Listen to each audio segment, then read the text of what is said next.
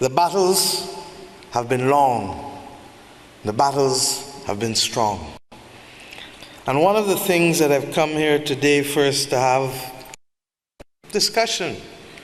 There's a lot of, as I would say in Barbados, a lot of long talk, a lot of long words in the title.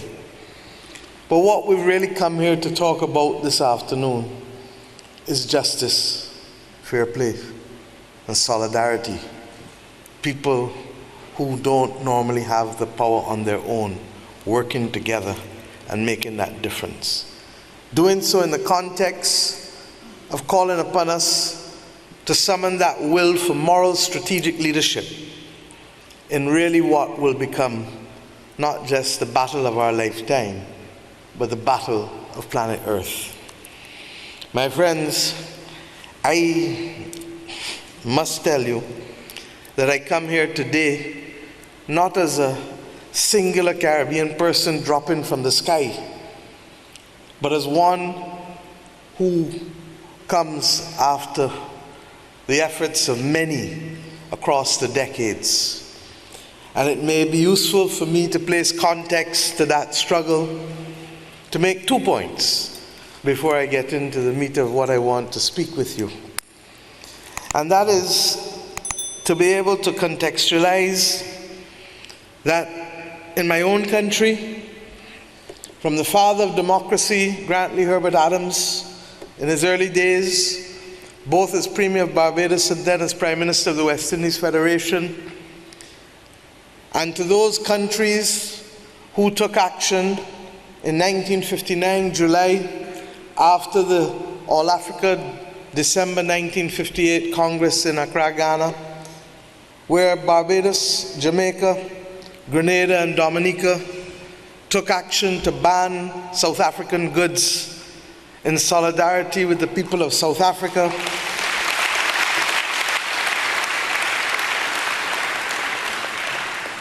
Recognizing that though they were thousands of miles away, there was an injustice being perpetrated, man's inhumanity to man, that required people who had little power to take a stand and to say, wrong is wrong.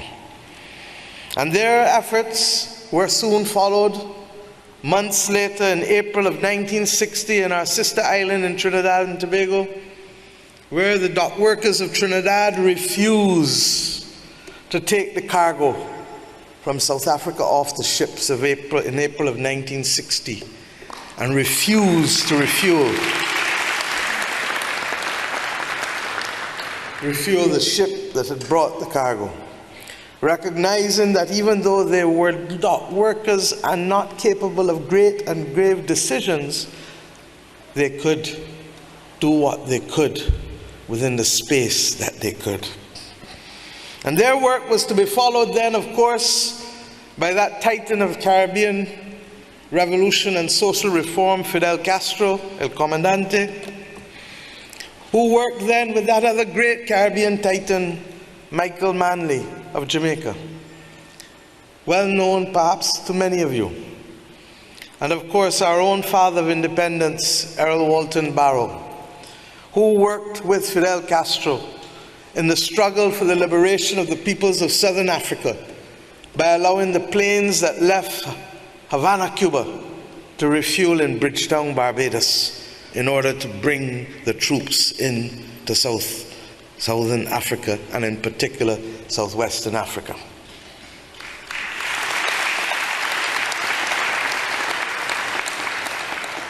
And then, of course, there was the decision of the Commonwealth heads of government. And I remember as a young law student in London, caught up in the fervor of the anti-apartheid movement, and caught up in the passion of wanting to see your own imagery on television, because in those days you just didn't. And when we saw the students of South Africa week after week rise up to take their future into their own hands, it placed the pressure on leaders like Margaret Thatcher and others, such that by the time the Commonwealth heads of government meeting went to Nassau, Bahamas, a determination was made to establish the Eminent Persons Group. And in that Eminent Persons Group, co-chaired by Malcolm Fraser of Australia and Chief Obasanjo of Nigeria, it also included a woman who was to become the first Governor General of Barbados, Dame Nita Barrow, who came here as one of the 7 persons to determine whether there could be a platform for talks and for release in order to ensure that the ungodly and unconscionable actions of apartheid could be brought to an end. Regrettably, their work was to be stymied by the then government, but they were capable and able at the time to meet Madiba.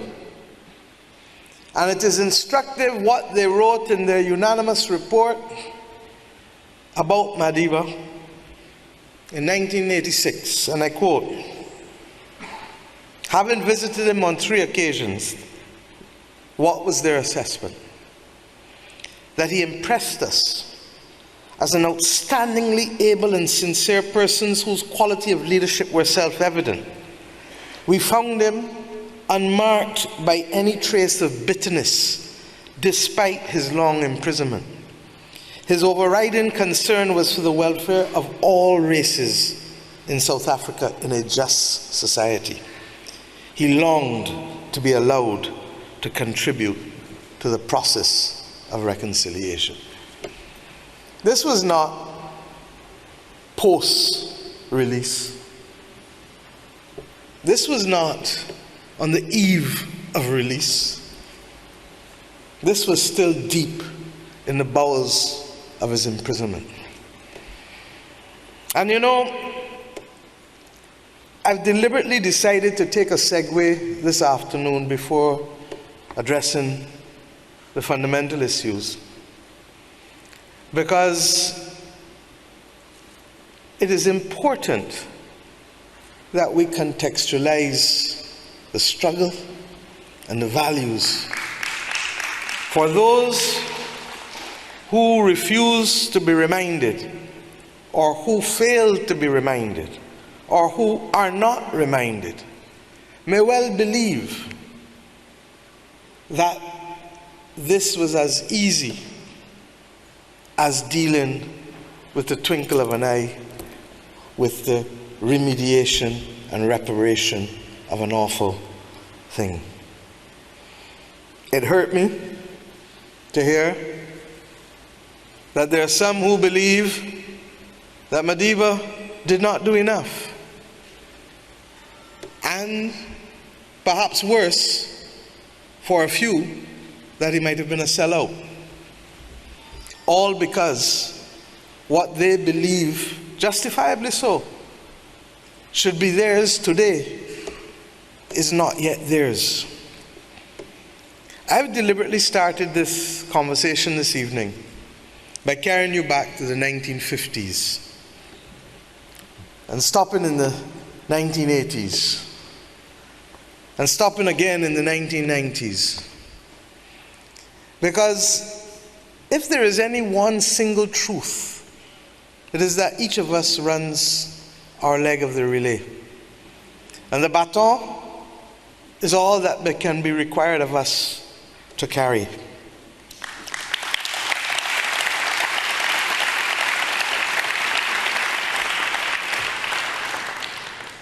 And yesterday I had the distinct honor of going to the Foundation's headquarters in the Center of Memory, and of reading, and I feel so privileged to be given copies of the transcript in Madiba's own handwriting, and I shall treasure them as long as I have breath. But in reading his own assessment of where he was and what he believed had happened, in what was to become the beginning of chapter 1 of the presidential years, it was ironic that he started with the words, men and women all over the world, right down the centuries, come and go. Men and women all over the world, right down the centuries, come and go. What is more significant for me is that as he ended that first chapter,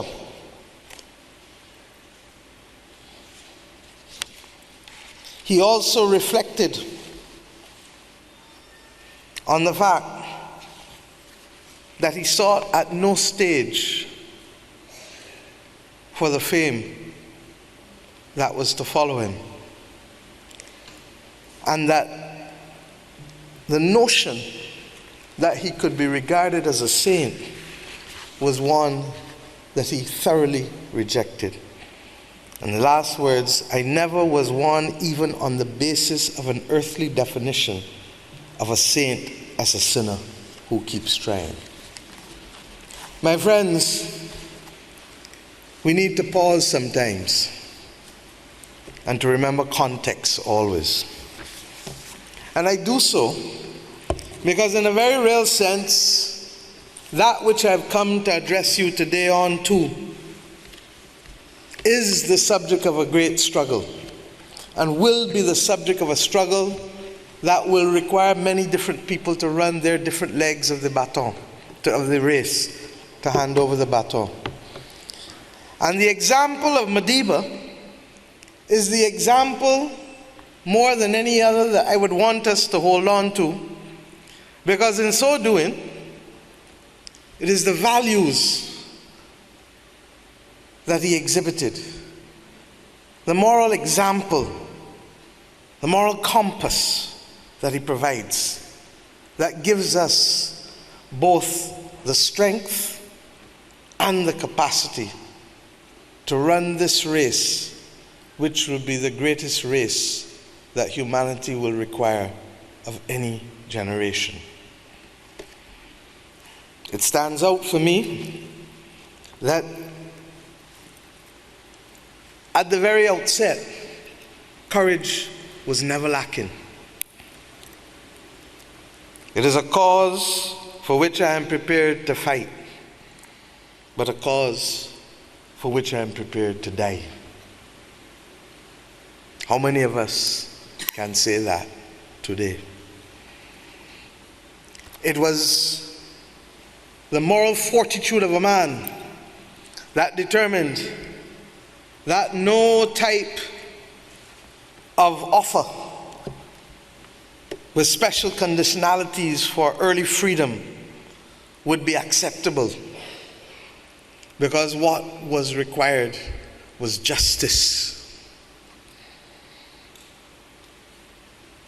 It is amazing that in the face of the gravest and greatest inhumanity, not just to himself, to his family, to his people, that the vengeance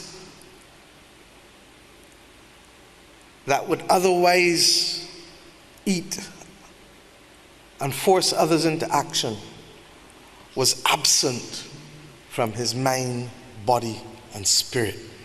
And as I just read to you from the evidence of the Eminent Persons Group, not conveniently so as an act of politics, but as an act of character, deep in the bosom of his imprisonment. And then there's the story that was told to me yesterday by Cello, as we looked at the photographs of what his cell contained. And I well recall my own visit to Robben Island 20 years ago.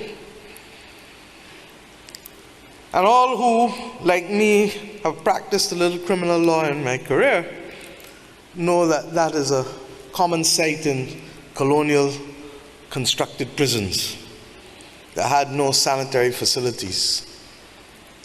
And the humility of the man captured best in being able to ensure that when one of his own brothers was unable to take care of themselves, in the most basic and human of ways that Madiba performed the duties of cleaning for him. An example of servant leadership, if ever there is one.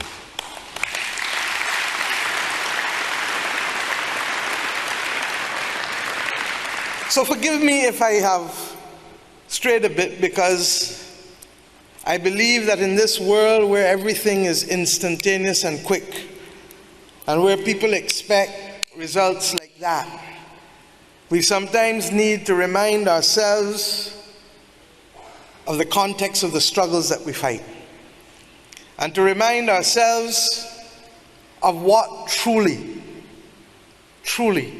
was at stake. There are some young people who would simply now,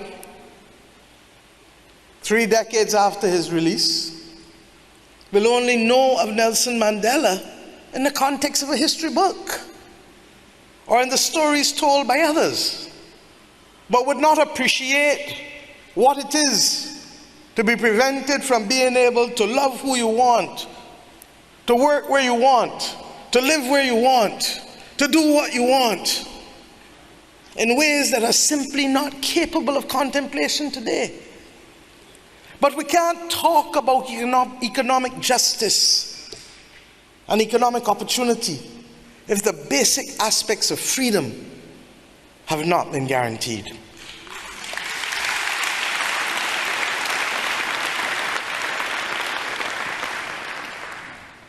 No one expects us to be stuck in a moment of time, but it is the understanding that he did what was his to do. It is now up to us to do what is ours to do.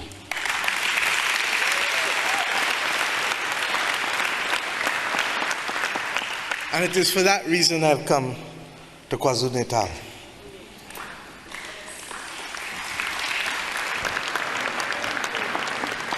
You know, we live in a world that is at a very strange moment in time. It has been described recently as a polycrisis. And it has been so described because as soon as you get accustomed to managing one crisis, you've been hit with another one and another one and another one. And that is what it has felt like in the last few years. This country already knows what it is to lose people to the ravages of a public health crisis as you did with HIV and AIDS for so long.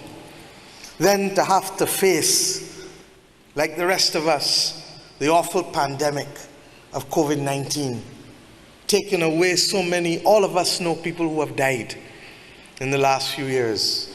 None of us dreamt of a moment when our movement would be restricted such that we couldn't do the things that we wanted to do. And this was not being imposed on us by authoritarian governments. This was being imposed by public health specialists for the safety and survival of all of us. And as if that were not enough, because we were already fighting the climate crisis, we were still recovering from the financial crisis of 2008-9. As if all of that was not enough, then comes the awful scourge of the cancer of inflation, the cancer of the cost of living. And believe you me, it is a cancer, because you keep trying to run after it, but you can't catch up with it in that way. And we have now to come to understand that as much as we needed to mobilize to fight against vaccine inequity, that we were not a one-issue country or a one-issue people, that we literally had to fight these multiple crises, because as all of this is happening,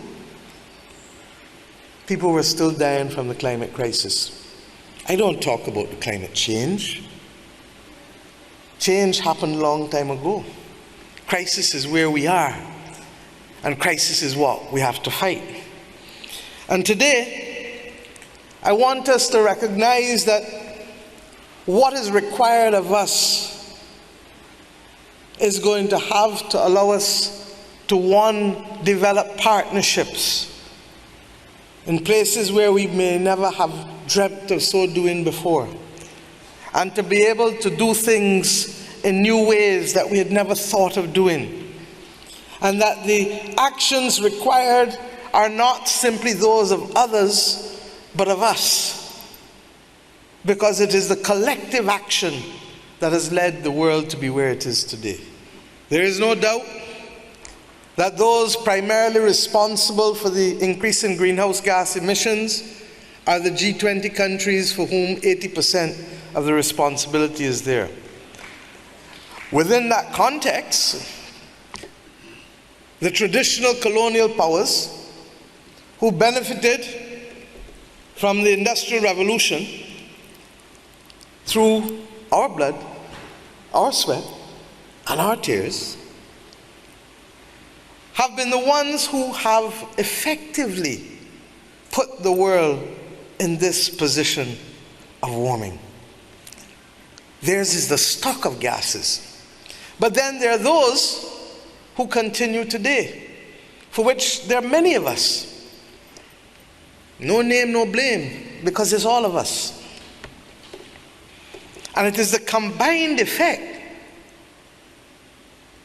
of the stock primarily, but yes, the flow today, that continues to cause the problems. I want us to reflect on the principles of justice and solidarity, and on the moral compass that Madiba provided for us, to understand that what is required of us is to be able to deconstruct and to reconstruct much of what we do. We have come to a stage where the evidence of the science is palpable. I didn't know when I accepted to do this speech that you, the people of KwaZulu-Natal, would have, in this week of our Lord, this year, suffered additional damage. The second river breaking its banks in less than 6 months. The first one causing loss of life and damage, this one continuing the loss of damage. We speak in the shadow of Sharm el-Sheikh, a conference of the parties intended to see progress and action.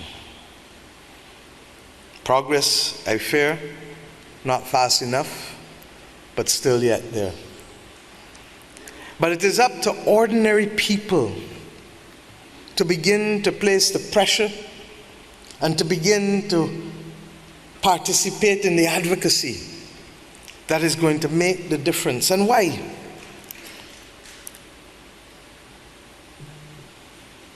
The consequences of the climate are now multidimensional of this crisis. I spoke just now of the loss of life. I could easily speak about the loss of livelihood. I can speak equally of the loss of dignity, the loss of shelter, the loss of family, the loss of culture, the increased number of climate migrants that we will see moving across this earth. You know, it really hit me when a former governor of the Nigerian Central Bank said to me that 80% of southwest Nigeria is above the poverty line, and 80% of northwest Nigeria is below the poverty line. And then you start to look at the realities of what people face on this continent and what people face in the islands of the Caribbean Sea, the Indian Ocean, the Pacific Sea. And we begin to understand that what is at stake now is real poor people. Nobody believed that the people of Montserrat would ever have to leave their island because of a volcanic eruption. And the notion that climate refugees is something for others somewhere else is now proven to be a fiction. It is real and it is with us. And you here in this province have seen evidence of it this week And in my own region last weekend in St. Lucia, the people of St. Lucia felt the ravages of the floods there, not the hurricane, the floods. In Belize City, a few days before, it was the hurricane. How many more hurricanes? How many more floods? How many more people suffering from drought, as is happening in Kenya? Will the world endure and have to endure before action is taken? The difficulty is, and this is where the complexity of the conversation enters, is that it is not simply the commitments made on stage now that matter, but it is the capacity to deliver on those commitments.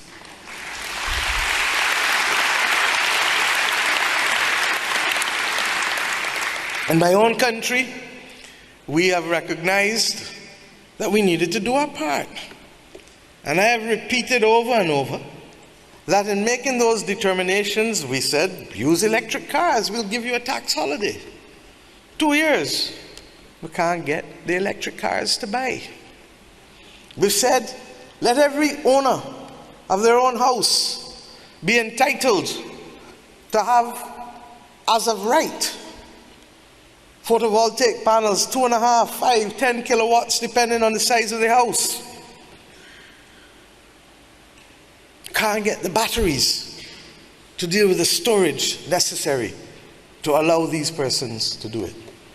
And that is why this week in Sharm el-Sheikh I called not just simply for capacity to match commitment, but also for us to ensure that we have a just industrialization. You see, the global South has for too long been the place from which wealth has been extracted, and for which there has been no determination to put back into the South the resources necessary to move from primary materials to finished product. And if you're like us in the Caribbean, where you're small, you are not only price takers, you have to hope you can get access to the product. The pandemic taught us that with vaccines, with ventilators, with other therapeutics, because you're just too small to anyone to notice you. And once there is global pressure on, there will be winners and losers, and small states count among the losers in those circumstances. Regrettably, we have come to a point where the necessary capacity to make the just transition, a phrase that you know well here in South Africa, the just energy transition, is no longer within our power alone. And it therefore means that we are likely to see more innocent victims, because the reality between our capacity to manage that transition and to see it happen is just simply not there. I hope that with the granular discussions taking place that we can see more activity. But the reality equally is this, that it costs money to bring about industrialization. And even when the global North seems to want to help us in the South, the cost of so doing has been made so prohibitive by an unfair financial system that it is almost impossible to achieve with the level of returns that are acceptable. And you know this better than I do in South Africa. In the global North, people will borrow at anywhere between 1% to 4%. In the South, you're struggling 12 and 14% in today's environment. When those costs are put into the business plan, the rates of return from the project all of a sudden just don't look attractive enough. And you ask yourself, why is there that disparity in the cost of borrowing? Why is there that disparity in the treatment of our peoples? Why is it that during the emerging market crisis, the international financial institutions promoted a constant prescription of currency devaluation and higher interest rates and fiscal austerity and an end to public bailouts. And there were sharp contractions and increases in poverty we saw in the nations who were so affected. But when their countries became the subject of the crisis, all of a sudden the prescription was different. No devaluation, zero interest rates, fiscal expansion, massive bailouts. You only need to recall what happened in 2008. You don't have to go much further. In fact, the fact that we are seeing interest rates rise from zero tells you and reminds you of where it went because of the last crisis. The disparity in treatment, regrettably, is one of the remaining consequences of the colonial order. And we in the South have to determine whether we will continue to be victims of a process that was supposed to have been dismantled in the post-World War II era, with your own country coming almost 50 years after because of the apartheid system. It is simply not good enough. And we have, therefore, to change the discourse, not just to climate alone, but to the financial system that is underpinning and preventing us from being architects and craftsmen of our own destiny, rather than simply awaiting the handouts from others in the global north.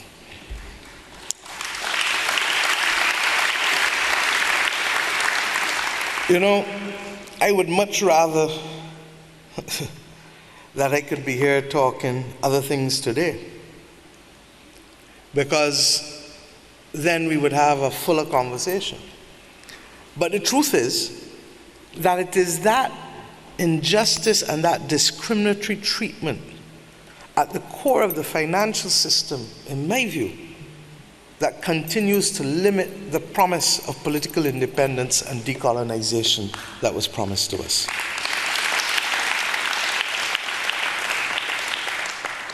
Those who expect more of Madiba expect more because their own personal financial and economic circumstances have not moved with the pace that they might otherwise have accepted or expected. And it is for that reason that I believe that if ever there was a moment in time for the global South to rally around a cause, it is now. There are at least 50 countries who stand on the verge of a debt crisis as we speak today. It does not give me any comfort to say that the worst may yet still be before us. And I say so because one of the things that is necessary for those same younger people who wonder about Madiba's role is that the first thing we need to do is to moderate expectations and to bring context and reality to all that we do in today's world in this moment of a polycrisis. I spoke already about the inflation. I have not yet spoken, but perhaps should, about the Sustainable Development Goals, which is just simply our desire to have a better life. And those are being frozen as the numbers who are going back into poverty increase, as the numbers who face food insecurity increase. And at the core of it, I submit to you, are a few things that we need to do differently. One, yes, the reform of the financial system, and I'll come back to that in what we call the Bridgetown Initiative. But two, I want to speak to us, because we need to treat to government and governance differently. And we need to appreciate that if we treated to the pandemic purely as a government solution, most of us probably would never have succeeded. But it was the national effort to fight those battles that have allowed us to come out today in far better shape than we were and that we were expected to be in when we went in. And the partnerships now between citizen, community, and country, the ability for those of us who are above the poverty line to give back and to give of ourselves in the spirit of Madiba.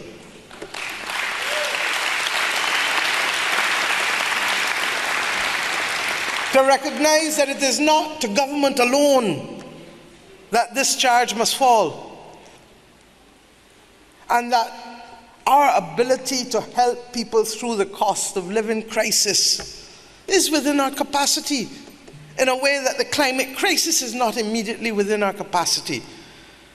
But we need to be strong to fight the climate crisis.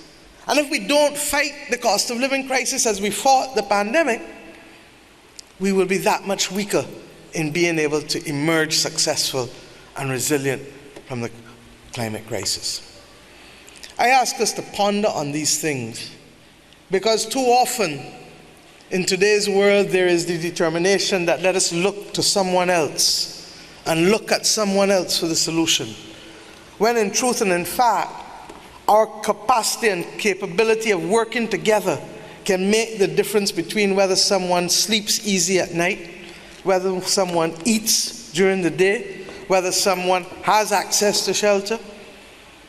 And I do hope that when combined, yes, with the monetary measures that must be put in place, quantitative tightening, increasing interest rates, suppressing demand, bringing about hardship in order to be able to make the patient better. Where I come from, I don't know whether you had a cough medicine here called Buckley's, but we had one in Barbados called Buckley's. It tastes bad, but it works. And that was what your parents would tell you every day. It tastes bad, but it works. And regrettably, to control the cancer of cost of living, it is going to require some suppression of what we do in order to tame the prices back down so that your salaries don't evaporate in the air. But these conversations cannot be captured in 60-second sound bites or 4-inch columns. And therefore, we inhibit ourselves from being able to be successful in solving these problems because we don't have the difficult conversations with each other globally anymore, because we are into a world of narrowcasting, we're into a world of social media, we are into a world where we do our own thing in our own way when we want, without reference to whether that will allow us to sustain the journey. Could you imagine if that was the approach of Madiba, where you would be standing in South Africa today? Could you imagine if that were the approach of those others who fought, like Walter Sisulu and Oliver Tambo and all of the others? Where would you be today? But even when we get rid of that cost of living issue, the other reason why we need to reform the financial system is because we actually do need money to invest in human development. We're not a one crisis or a one issue person. Even if we think we're only doing it for climate, the reality is, as I said in Sharm el-Sheikh this week, we cannot depend on the financing of education and healthcare with 7-year money and 10-year money anymore, because it simply will not allow us to provide the best possible education to our children, who, quite frankly, deserve it. And if there was anything that I could wish for globally, it would be a global minimum floor for the provision of education and health care to all citizens under the age of 18 years old.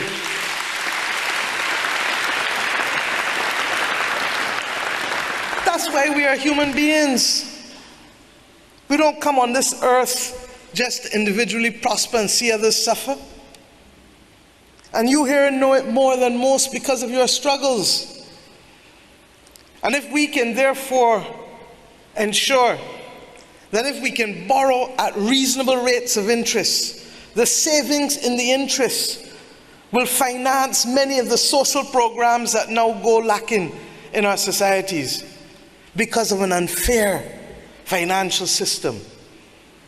I'm not talking about yesterday, when the debt crisis has gotten worse, but 2 years ago, Greece and Ghana, same credit rating, but Greece borrowing at a fraction of what the government of Ghana could borrow on the international capital markets.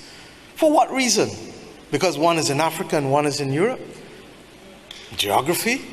I do know about the safe assets, yes, but the safe assets are a construct of the international financial architecture that does not see us, does not hear us, and does not feel us.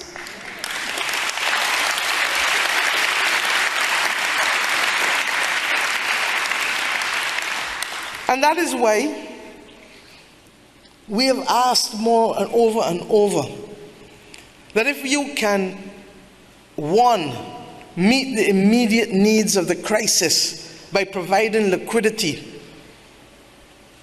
to those countries that most need it, to allow them to stop the bleeding. That's effectively what they're doing, stopping the bleeding. You can't operate on the patient while the patient is bleeding out. And thank God, the International Monetary Fund has the leadership that it does today, because without Kristalina Georgieva's leadership, God knows what would have happened to so many countries if the rapid credit facility had not been there in 2020 when the pandemic first started. But the problem is that that was for the pandemic starting.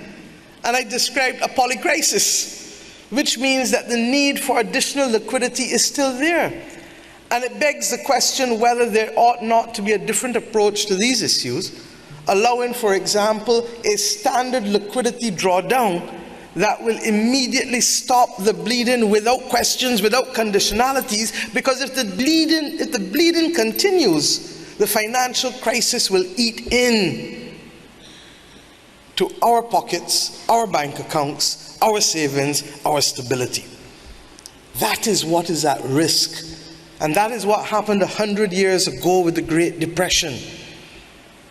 And God forbid that it should be our future and not just simply an example of our history.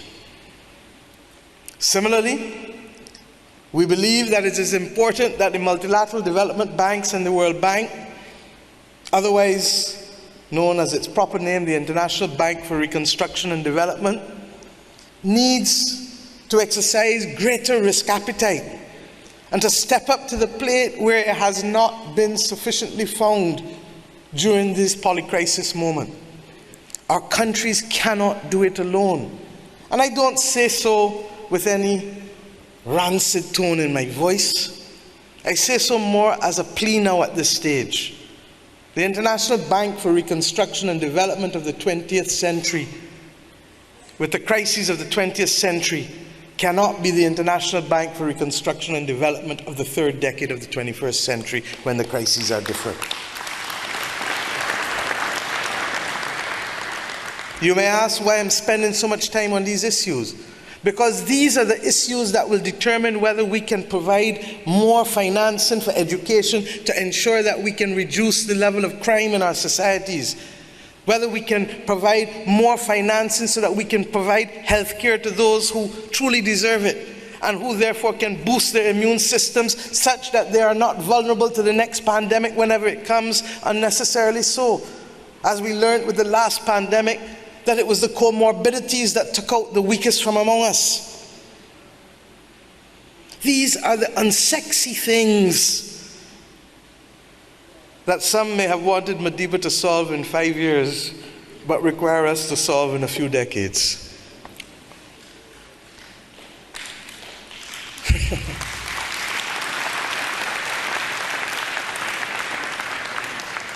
And then there's the other unsexy issue of special drawing rights.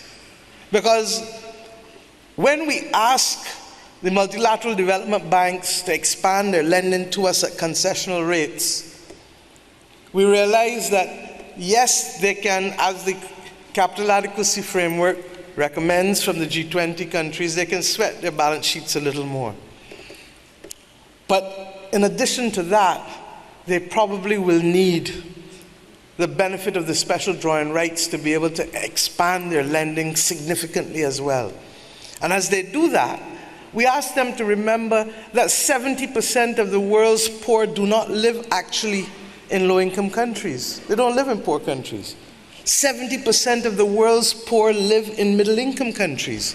And when you exclude middle-income countries from being able to borrow, you are effectively condemning the poor in middle-income countries to remain in poverty for the rest of their lives and to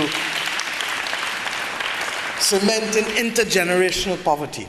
That is what we fight for. The notion that Barbados, Bahamas, and the Maldives cannot borrow as of right from the World Bank in today's world in a climate crisis is so preposterous that it tells us that we need to reset and recalibrate urgently if we are to prepare for fighting these battles.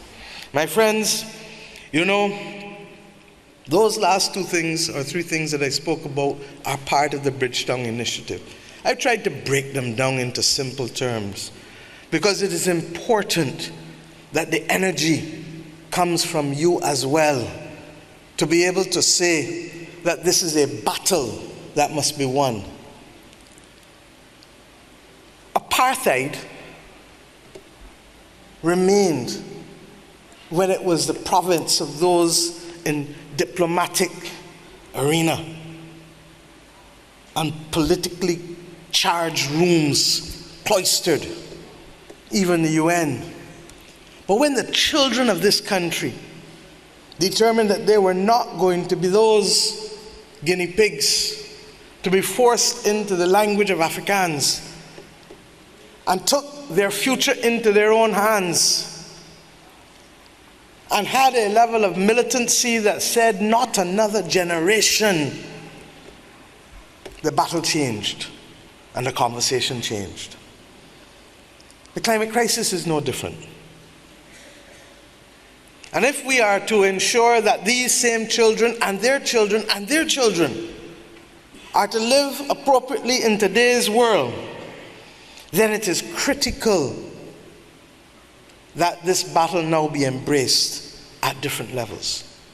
I can't imagine it would have been easy for Madiba to learn Afrikaans, either emotionally or technically. But he did it.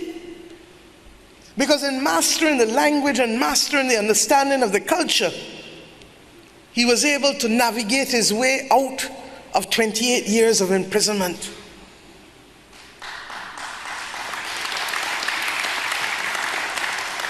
I can't imagine that it is sexy for me to talk about financial reform on a Saturday afternoon in Durban when I should perhaps be out there next to the beach like the rest of the people I saw out there enjoying themselves.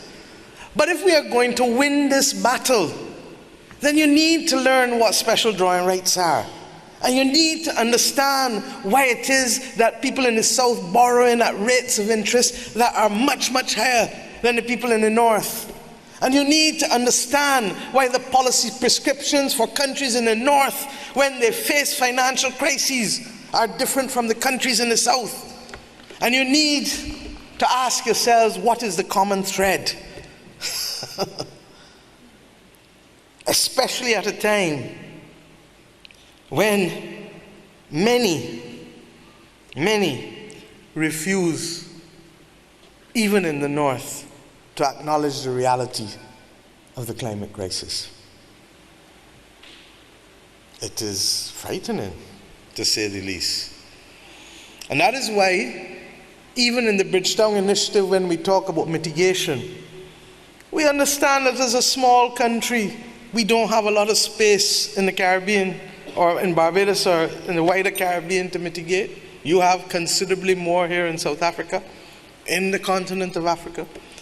But our belief is that mitigation, wherever it takes place on this earth, is necessary. And that mitigation, yes, can be driven by the private sector, and yes, mitigation will more attract the language of capitalists who see returns, and there's nothing wrong with that.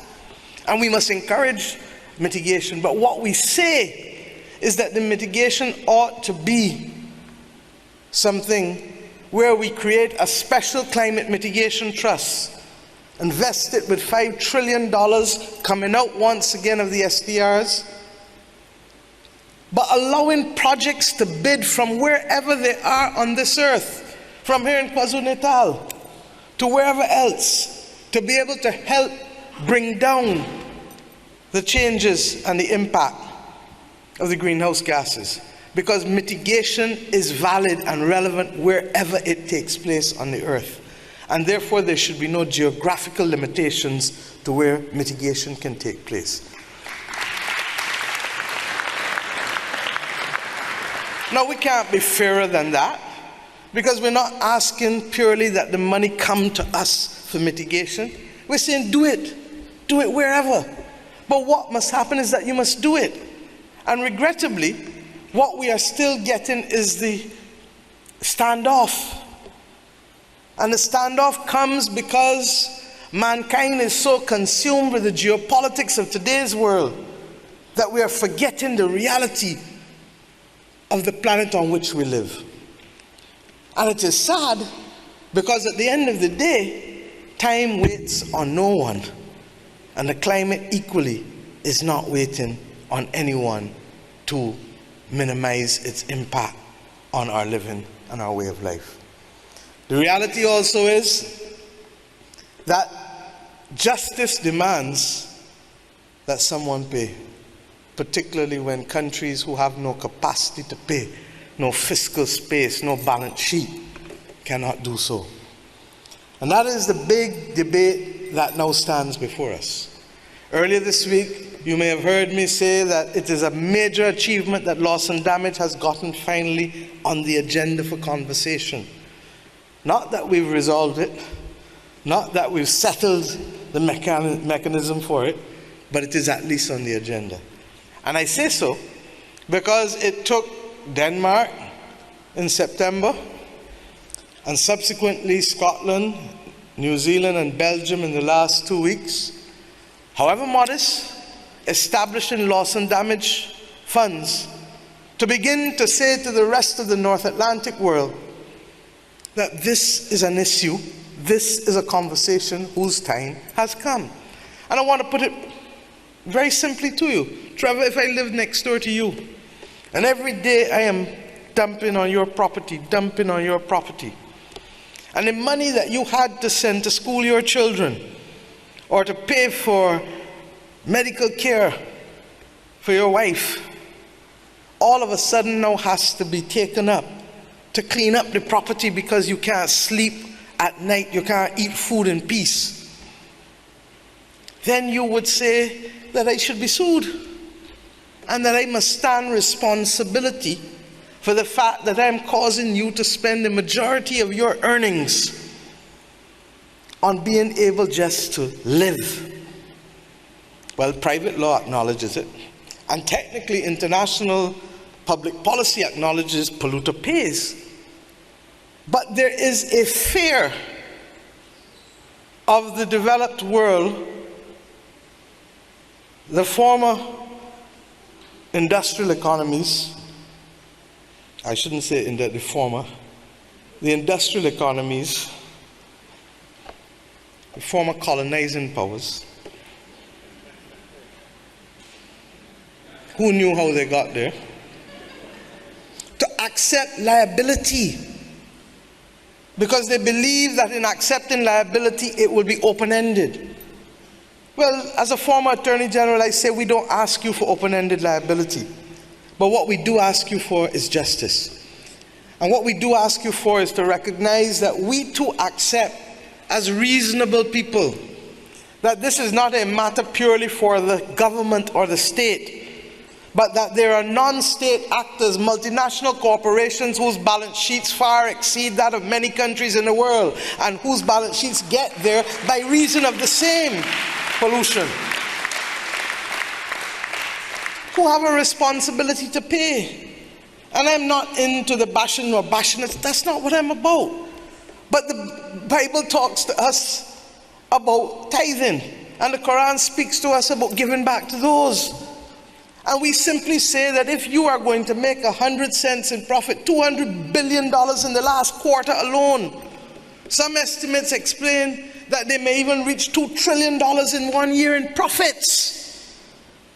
Profits. Then you have a responsibility to put something on the table in a loss and damage fund for those who are now having to pay out.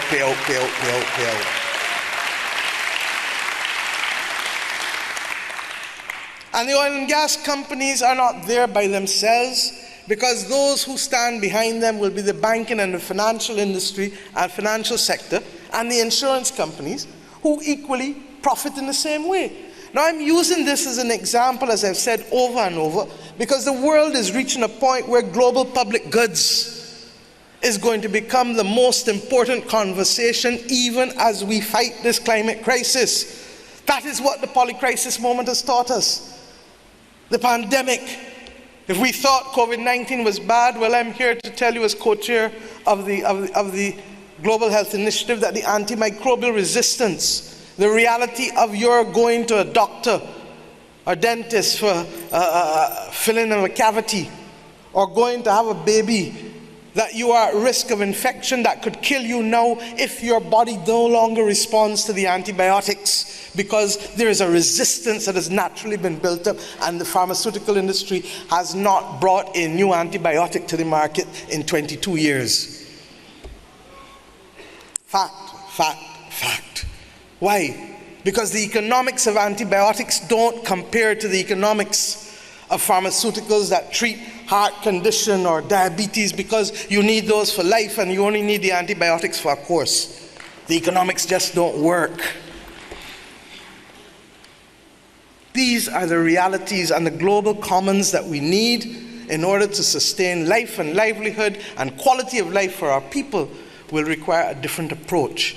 And therefore, the notion of non-state actors, predominantly companies, whether oil and gas, whether banking and finance, whether pharmaceutical, whether tech companies bridging the digital divide for education for young children, all have now to step up to the plate to provide a global fund that allows those countries who can no longer access it, but through lack of fairness and lack of equity at the international level, in the same way that you knew during apartheid in your own years.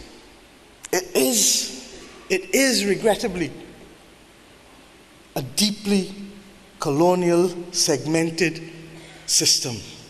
Some may even argue it is global apartheid. And who best to provide the example of moral, strategic leadership for us to win this battle than Madiba? I say to you today that we have a solemn duty, not just to look at governments, not just to look at multinational corporations, but also to bring to the table those who have large philanthropic foundations, and for whom there ought now to be some form of global compact that allows them also. Many of them are doing it on their own, but perhaps we need more structure to ensure that there is a blended approach to the provision of a safe global commons for all of our people on this earth to function and to live in harmony. We are not going to get there by the twiddle of a nose. We're not going to get there in a beam me up Scotty moment, as I love to say. But it is going to require the mobilization of people like yourselves. And it is to happen at a time when much else that we have come to value as standards are also being questioned. No one would ever have thought that the United States of America would take days to count votes in an election. No one would ever have thought that the United Kingdom would have had 3 prime ministers in less than 3 months. And regrettably, none of us would have ever dreamt to see war in Europe after World War II again, so soon and so tragically. Mind you, it is almost as if they've forgotten that war existed in Africa and in the Middle East for decades. The world that we have come to know has changed upon us. And we will either decide, as people of the South, to be firm craftsmen of our fate and shapers of our destiny, or we will continue to be the victims as we have been for centuries. I would much rather have come here this afternoon to speak in the tone and with the response that a Trevor Noah would be able to do on a Saturday afternoon in Durban. But regrettably, that is not my lot today. But suffice it to say that we have now to do the heavy lifting of educating our people at all levels of society and across all countries for a global movement whose time has come. It is up to us to make the bold demands, just as Madiba did. Not unreasonable demands, in the same way that he restrained himself from unreasonable demands. It is up to us to also walk the higher road, because those who have been the victims of discrimination must not allow themselves to be imprisoned by the actions of those who sought to discriminate before, because that is a lonely and awful place to be. But what it does require of us is a fair and level playing field. And whether it is the reform of the financial system, whether it is the call for a just industrialization of the South to position us to benefit as we transition how we live and what we want to hold on to in this climate crisis, whether it is the practicality of the moment, and forgive me if I address this for a minute, because for many there is not a recognition that a just energy transition and a 2050 net zero still accommodates elements of fossil fuel, 20% of the energy mix globally. Natural gas, the clean bridge fuel, the hydrogen, but it does mean walking away from coal, and it does mean walking away from oil. But there are opportunities for natural gas, and there are opportunities for hydrogen. And perhaps the opportunities for natural gas may even be a little too much for a little too long, only because of the intransigence and the reluctance of others to move with the rapidity of speed that has been needed in the last decade. But the reality equally is that we cannot turn off the lights on our people tomorrow purely in the issue, on the basis that we are doing the right thing, because people must live and people must eat. It therefore means that contextualization also needs to be there before people say, no gas at all either. We don't have that luxury in today's world anymore. And we lost the right to claim that luxury by governments that failed to move in the last 2 decades. So my friends, how do we redefine the spirit of Madiba? How do we redefine, in my own country, what we have come to call sharing the burden, but sharing the bounty? That we must all come together to fight the cause and share the burden, but remember that when the bounty is to be shared, that it is all who must share in it. That the patrimony that is ours through the sea, through the wind, through the sun, has been left to us not for a few, but for all. How do we create the intergenerational responsibilities that allow us to know that it is not one generation or one man or one group of people to run the race and to leave it as if that is the end of the race? I'm reminded of the words of the Talmud, which says, we are not expected to complete the task, but neither are we at liberty to resile from it. Ours is now the moment for the construction of a new global deal and a new social compact, as Antonio Guterres said to you when he addressed you on the 18th lecture in 2020. But for it to be real, it requires the energy and the activism that Barack Obama spoke of in his lecture in the 16th. And for it to be real, it requires the example, not just of Madiba, but of the people of South Africa, who rose after decades of oppression and who understood that they were fighting for their culture, for their land, for their people, and who understood that if they allowed themselves to be dominated by a new and foreign culture, that what would be left of them would be so little, and that it might take centuries to recreate. Today, it is up to us to recognize simply that if we don't move now, that what will be left of our planet will be inhabitable, not for us. The majority of us will make it. Regrettably, some will go. But it is your children and your children's children who will now have to find, in many places, new places to live. I hope and pray that we will take the example of Madiba and the people of South Africa in understanding what is required to win mighty battles that are necessary for good harmony with the planet and with people. And in spite of all of the odds showed to them, and all of the odds showed now to us, we can do it simply if we try. The words of Black Stalin, a Trinidadian Calypsonian.